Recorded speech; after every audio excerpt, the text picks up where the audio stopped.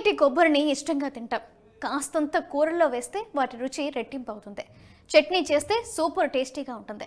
ఆరోగ్యాన్ని చేకూర్చే కొబ్బరితో చాలానే పిండి వంటలున్నాయి.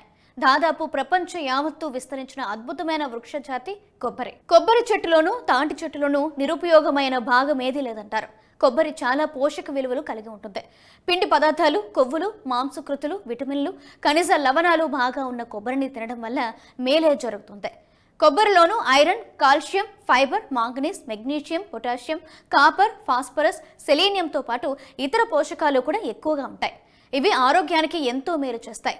అయితే డయాబెటిస్తో బాధపడేవారు కొబ్బరి తీసుకోకూడదని అంటున్నారు నిపుణులు. నిజానికి డయాబెటిస్ ఉండటం వల్ల రక్తపోటు, గుండె జబ్బులు ప్రమాదం పెరుగుతుంది. అటువంటి పరిస్థితుల్లో రక్తంలో చక్కెరను జాగ్రత్తగా చూసుకోవడం ముఖ్యం. ఆరోగ్యానికి మేలు చేసే కొబ్బరి డయాబెటిక్ రోగులు కూడా తినవచ్చని ఆరోగ్య నిపుణులు కూడా చెప్తున్నారు. కొబ్బరికాయలో క్యాలరీలు ఎక్కువగా ఉంటాయి. అందుకే దీనిని పరిమిత పరిమాణంలో తినాలని నిపుణులు అంటున్నారు. అయితే మధుమేహ రోగులు కొబ్బరిని తీసుకునే ముందు తప్పనిసరిగా వైద్యుడిని సంప్రదించాలని ఆరోగ్య నిపుణులు అంటున్నారు.